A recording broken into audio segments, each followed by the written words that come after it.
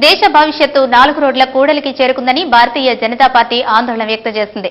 అభివృద్ధి పదంలో ముందుకు వెళ్లాలో అవినీతి అక్రమాలతో తిరోగమనం వైపు ముళ్లలు తెలియని పరిస్థితుల్లో దేశముందని విమర్శనాస్త్రాలు సంధించింది. ఇక దేశ భవిష్యత్తును నిర్దేశించేది 2014 ఎన్నికలేనంటూ తేల్చి చెప్పింది.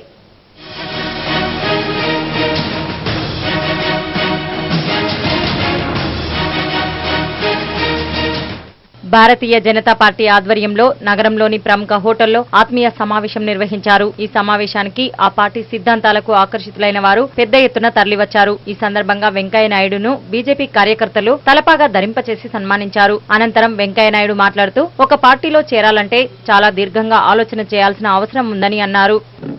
దేశం ఒక రకంగా చెప్పాలంటే మళ్ళా 4 రోడ్ల కూడలకు చేరుకుంది.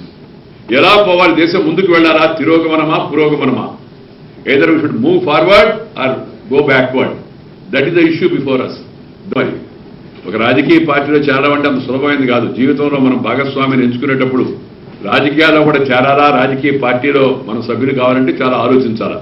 ఇప్పుడు చాలా కేవలం ఒక వ్యాపకం కాదు, ఒక ఉదాత్తమైన లక్ష్యం కోసం, ఒక సిద్ధాంతం కోసం, ఒక ఆదర్శం కోసం, ఒక కార్యక్రమం కోసం, ఒక విధానం కోసం మనం నచ్చినా మనం మెచ్చినా మన మనసుకు హత్తుకునేటక్క ఈ దిశలో దేశం పోవాలా, ఈ దిశలో రాష్ట్రం పోవాలా, ఈ దిశలో మన ప్రాంతం అభివృద్ధి చెందాలని మన మనసుకు అనిపించి నచ్చితే మెచ్చితే అప్పుడు ఆ పార్టీలో మనం చేరతాం. అయితే నేడు ఆ పరిస్థితి లేదని ఆయనే వ్యాఖ్యానించారు.